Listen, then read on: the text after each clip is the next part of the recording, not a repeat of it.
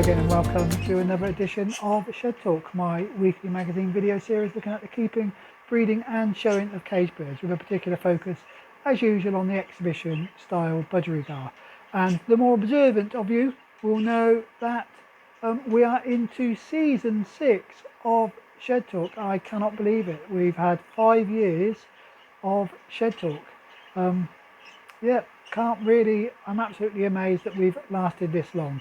And for those of you that are watching this video and who've watched from the beginning, or whether you've watched from, you know, the last episode, can I please give you all a big thumbs up from me to you for supporting the channel, whether that be for the full 5 years or just one episode.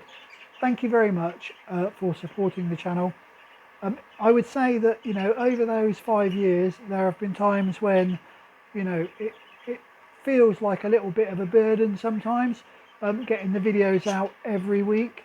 Only very rarely does it feel like that. Most of the time it's really enjoyable making the videos. It is quite time consuming, and it's a big bonus for me when I get, you know, people who take the time to watch the channel, take the time to you know, give the likes to the various videos and take the time to subscribe and comment on the channel. So once again, a big thank you for those of you who watch regularly or just occasionally dip into the channel.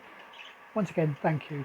Anyway, this episode, what we're going to do is going to look back on the 2024/25 breeding season. See how it's gone. We'll talk a little bit about the various stats, you know, the number of breeding pairs, the number of chicks, all that sort of stuff.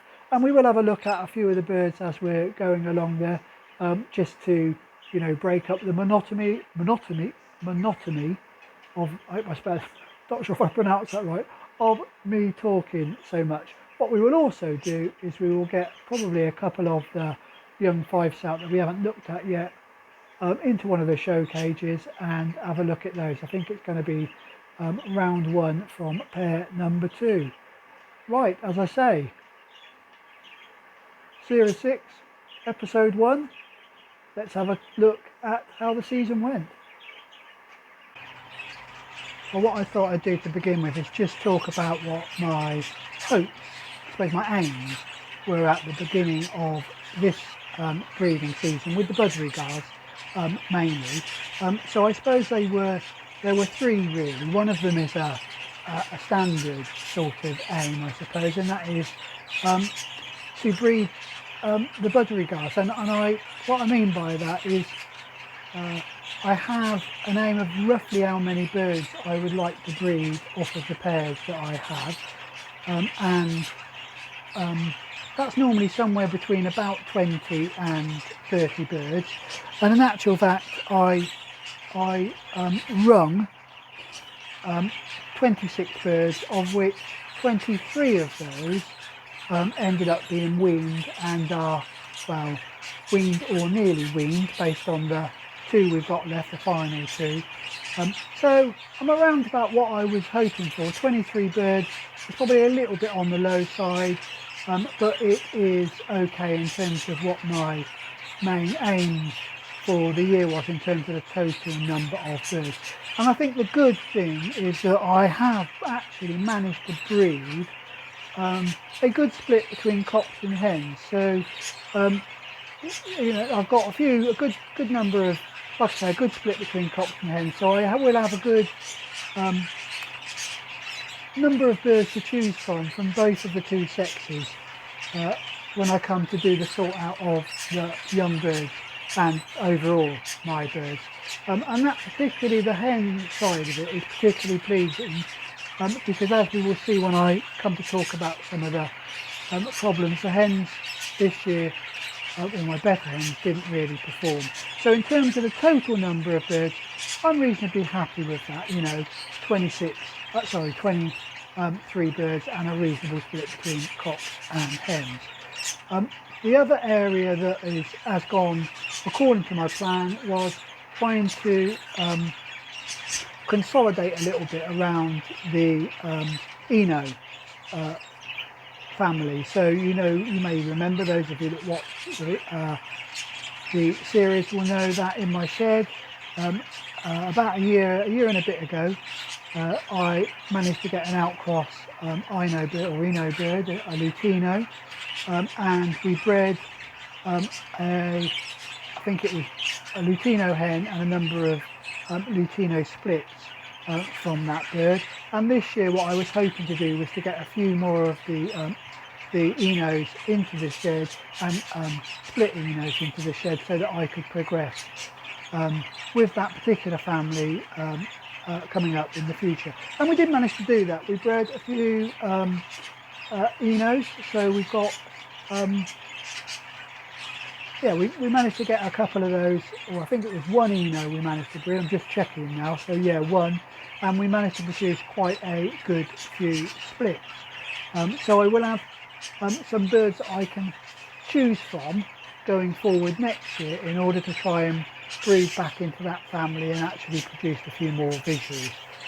So I'm reasonably happy with what we did there, and we will see that one of the splits actually produced really well for me.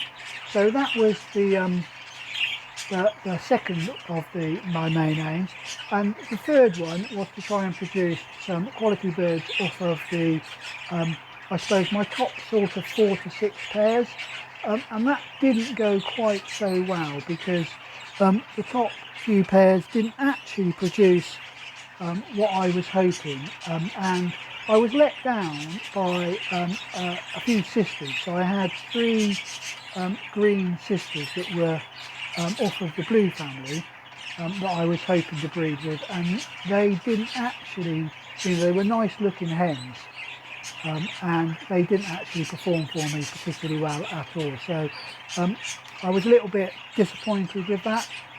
Of the family that did produce was pair number 2, which we did manage to get a good number of birds from, and a good number of hens from that pair. So pair number 2 did produce a good number of birds for me, so I'm reasonably happy with that one. But outside of that, in terms of my top birds, you might know that I tend to pair best to best, just because of the limited number of birds that I keep. So providing the best to best are suitable, of course, but I tend to try and do that, particularly with those early pairs. So a little bit of a disappointment there. So of the 3, it was probably 2 out of 3 of the aims for this year were achieved. So let's talk about some of the general stats then around the birds. So my fertility rate was about 50%. So it was actually 53. The fertility rate was 55%. So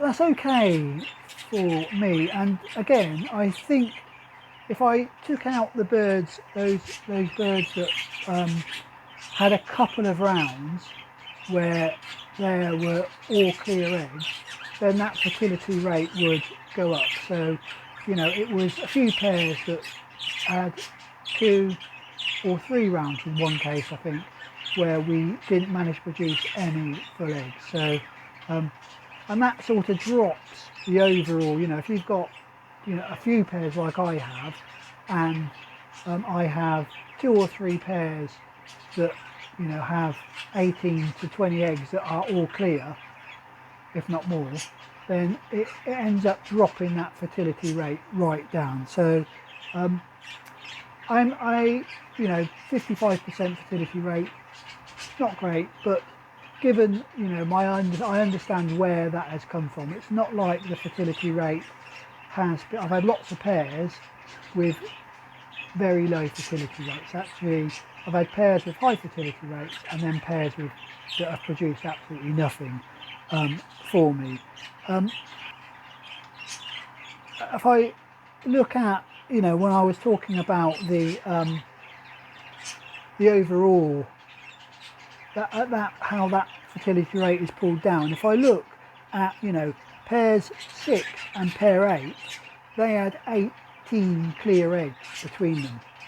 So, you know, that's the sort of what I mean by some pairs just pulling that fertility rate right down. In terms of the hatch rate of those that were fertile, I am disappointed with that, and that was down to just 57%, you know, so only half of the eggs, you know, or just over half of the eggs that were full actually end up hatching, and that is disappointing. And of the main cause of that was adult eggs, and we did have some dead in shower as well, but it was mainly, I think, down to adult eggs. And I mentioned it when we were going along. There was a couple of, or one hen in particular, the Ino hen, and she addled quite a few eggs, and a lot of that was down to her messing around with the eggs. And I did say I thought that maybe that particular hen needed a concave. You know that I don't normally put concaves in, so it is a thought for the next breeding season, particularly with those hens that were really messing around with their eggs. Yeah, a thought for me in terms of going forward is about the use of concaves. So that's some of the main stats. Hatch to wean rate was pretty good actually. So it was it was quite reasonably up there. I haven't, strangely enough, I've got some notes here, and that was one area that I actually forgot to write down, so I do apologise for that. What I will do is put it up on the screen if I get a chance to anyway. So overall, you know, in terms of the stats, if I take out those early pairs again, the stats would have been pushed up there a little bit, and I think my main concern is the number of adult and dead in showers that I had. Although you might remember at the beginning of the year we did have those days where it was, you know, early spring, where it was particularly warm and particularly dry, and I wonder whether that might have influenced the dead in showers in particular. So again, something I need to think about. So the pairs that really did perform for me, there was one pair in particular which was pair 10, and this I mentioned it right at the beginning of this little you know, review. Pair 10 was the yellow face that had that is split for Ino, and that did really perform for me, so that helped. They had a number of rounds that was, you know, where I produced quite a few chicks from each of the rounds. So, and in amongst those, there were a number. I think it was Phil Hill mentioned about the greens that I said I wasn't really too sure about, but the light greens were off of that particular pair, and they probably, I need to have a good look at them in the showcase when I come to do the rundown. They might be an improvement on the yellow face. I think Phil certainly thinks they are, so we will have a look for that. So that was one of the pleasing things, or one of the best pair was that pair 10, which was a yellow face opaline sky blue that we had split to a cinnamon opaline grey green, we paired to a cinnamon opaline grey green. So we did get a few nice, we got a good number of birds off there. The other thing I'd say is that I'm quite pleased with the quality, particularly of the early birds. So the pair number 2, like I say, that produced really well, produced some really nice birds in those early rounds. And there is a cinnamon a cinnamon grey, I think it is, grey hen in particular, looks really nice, always catches my eye in the cage. We looked at it quite early on, and I think lots of people mentioned they like it. And there is also a cinnamon sky blue that is also catching my eye in that, of the older birds, those early round birds that was catching my eye. And finally, I suppose the other really good thing is that, I mentioned it, there were a good number of hens produced, and some of those hens actually look like they could be quite useful for me. So again, pleased with that, and most of those again were off that early pair. So how has the season gone? I'm happy in the most part that I've got some birds that I can look at going forward and can work with in terms of the young birds going forward. Really pleased with the way that I have got a good number of birds to choose from in order to take the Eno family forward. But there are some disappointments in there, as there always is in the breeding season, and there probably are one or two learning points from there. So in terms of next season, I've got a few of my own birds that I'm happy that I've got that I can, you know, to keep me going. But I also am conscious that that this year, and for this breeding season, I need to bring in some outcross, and I'm already asking around what that might look like and who I'm going to pick those up from. So more on that once I'm able to confirm that. Right, so that is the update on the breeding season. I hope you let me know your thoughts on, is that a reasonable breeding season in terms of what you would do? Bearing in mind, you know, I do only breed with a limited number of birds and with only 6 breeding cages, so I don't breed lots and lots of birds, and I don't breed with lots and lots of pairs, and I don't breed tend not to breed lots and lots of chicks. And I know some people would say there is a bit of a numbers game here. I am hoping with those few birds that I breed with, I do get some quality and some improvement. So yes, that is this year's breeding season. There will be a few birds to go going forward, I think, both in terms of birds that I've used this year, but also in terms of some of the youngsters. I think I've mentioned it before, I normally intend to keep somewhere around about 15 hens and 12 to 15 cockbirds, so about 30 birds to breed with, hoping to get about 6 pairs and a couple of spares. Right, that's the breeding season for 24-25. Well, I hope you're enjoying the video so far. If you are, don't forget to give the video a big thumbs up. On the subject, I'd just like to say a big thank you again to those of you who watched the last video. It was amazingly, the video took off quite quickly, and it had as many views in the first 24 hours as the previous video had in a full week. So that's wonderful. From my point of view, that's wonderful. Maybe it tells me something about what you viewers like to see. More birds and less chatter. So yeah, like I say, don't forget to give it a big thumbs up. Of course, do subscribe to the channel if you're not yet a subscriber, and hit the bell icon if you want early notifications. Talking about a look at the birds, let's get a couple of the Fifes out and we'll have a quick look at those before we go. Well, I've got the Fifes out of the Finch and Fife flight up at the top, and we brought them down here so we can have a look at them in some slightly better light down here than there is up there. And it's also, as I so often say, it's easier for me to record down here.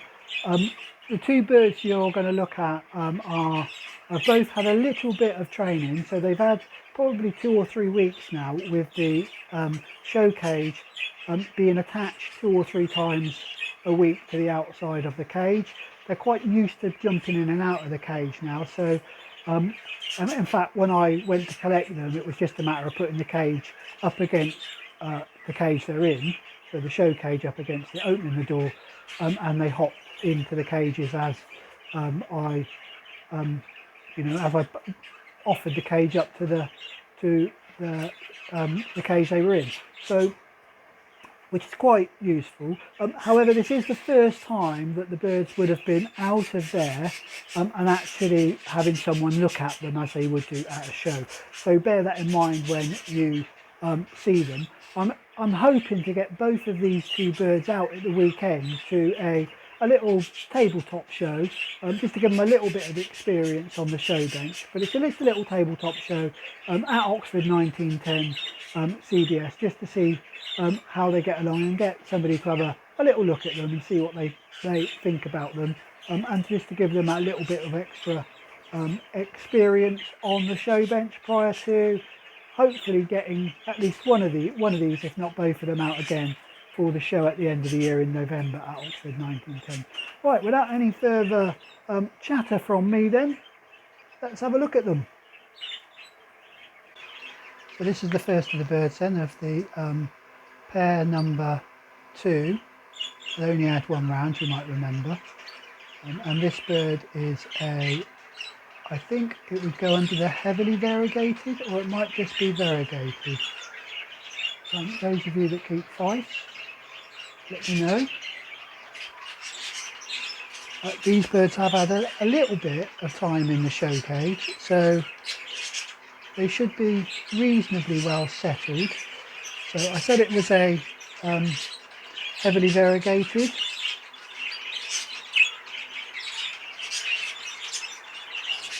I don't think it's a green in terms of not containing any colours, so there are any of the yellow feathers. You can see white in the tail and on its flanks. So it looks to me like it is a buff bird, looking at the intensity of colour. I do like to start with the Fife at the bottom and work my way up. So in terms of its overall size, I think it's okay. I don't think it's going to be too big for a Fife. So what I mean by start at the bottom and work up is start with the legs and then work up to the head. It does stand up reasonably well off the perch. You'll notice there is or you might be able to see it, I'm not sure. But at the top of the cage, I've left a peg there with a little dangly bit coming down, and that encourages the bird to stand up and see what it is. So it does stand up off it's fairly upright. It's got some, so you can see the legs, which is a good thing. So Fife should show quite a bit of leg. They should stand quite upright on the perch. She keeps dropping down to the bottom. Most of the time she stands quite nicely. Then in terms of the overall shape of the body, bearing in mind I think this bird is just coming out of the molt, so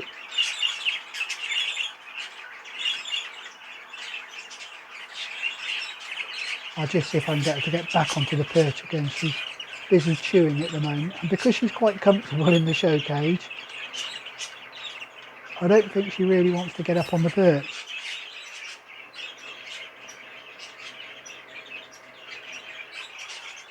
Busy feeding. Anyway, in terms of the body shape, not great where she's sat behind the water dish from what you can see. I don't like using a judging stick on the Fifes because the judge certainly wouldn't use one, but I will just see if I can use it just to encourage her to get back up onto the perch. Okay, right, see if she'll settle. Body shape then. So she is quite round. Tail is reasonably tight together. There is a little bit of fanning. You can see there she stands up quite nicely. There is that nice roundness of the back and a little bit around the front of the body.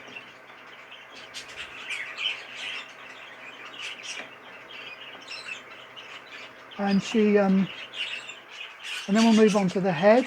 So the main thing I'm looking for in the head, mainly because my birds don't really have it, is that rise from the beak. So she's got quite a nice little small beak on her, and we're looking for some rise from the beak up to the top of the head and then over. And this bird isn't too bad for that.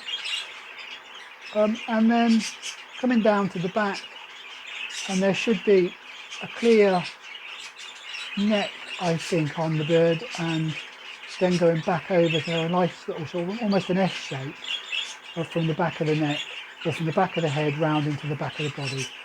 So I actually think this bird isn't too bad. You also should assess the Fife from the top, and it should be fairly egg shaped. I'm not going to be able to show you that, but this bird isn't too bad there either.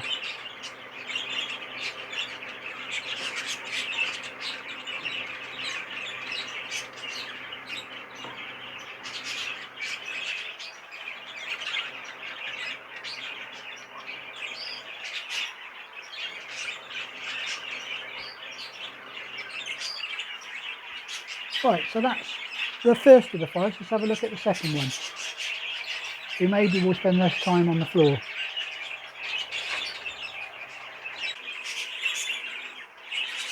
So the second of the two Fifes, as you can see, this one is standing on the perch a bit more. I expect now it will start to drop back down again. So this again is a buff bird, I think, and again is heavily variegated.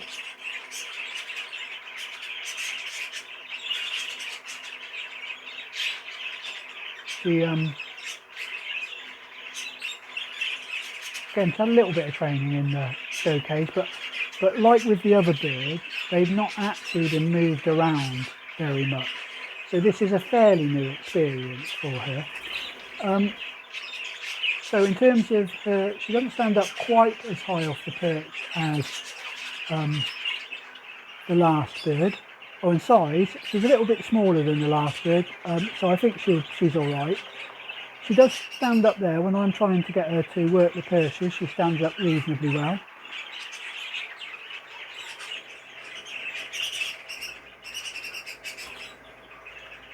So, but not quite as well as the last bird, I don't think. So, a little bit less on the leg side for this bird. Moving up to the body then, you can see she does have that nice roundish shape to the body, nice smooth outline at the back and across to the front.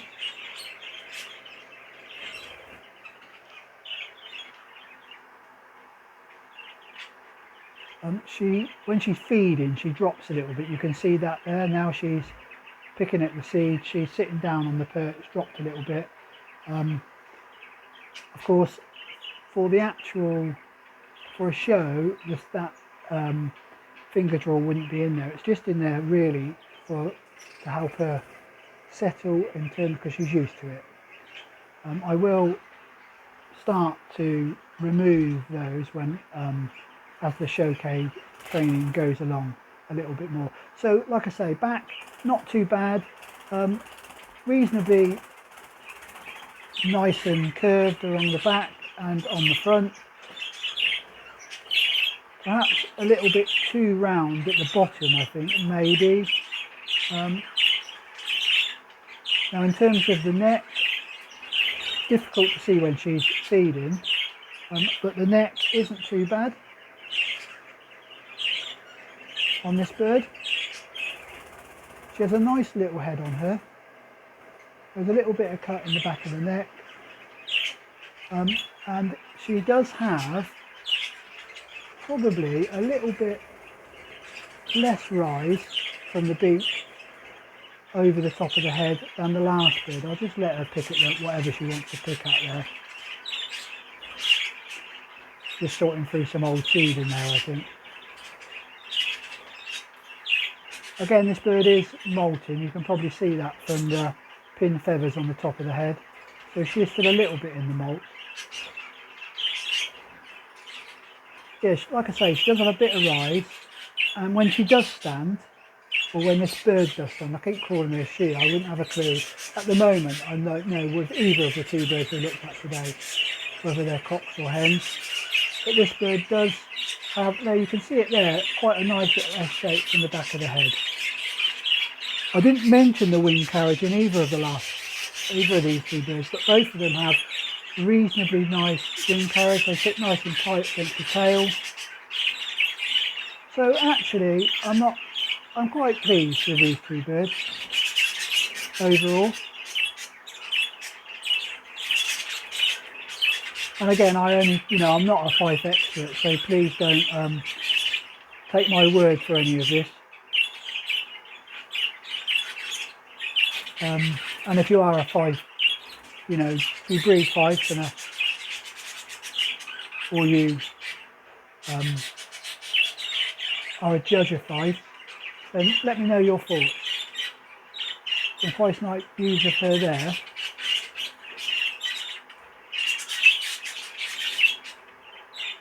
And you can see there that she's not too long, tail doesn't touch the other perch. Right, these two can go back outside now, and hopefully they'll perform for me on Saturday.